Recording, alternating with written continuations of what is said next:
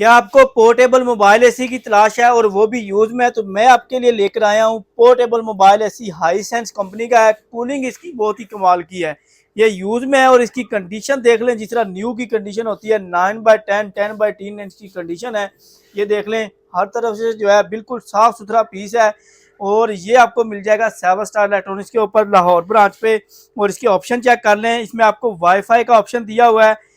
Power on off mode का option, यहाँ से इसको आप मोड सेलेक्ट कर सकते हैं। यहाँ पे स्क्रीन के ऊपर टेम्परेचर शो होता है, यहाँ से इसका टेम्परेचर आप कम ज़्यादा कर सकते हैं। और यहाँ से इसके फ़ैन की स्पीड कम ज़्यादा कर सकते हैं। और यहाँ से इसकी कूलिंग आती है। और ये बैक साइड है, और बैक साइड पे यहाँ पे इसका पाइप लग जाएगा। ये इसका बैक साइड पे फिल्टर दिया हुआ है।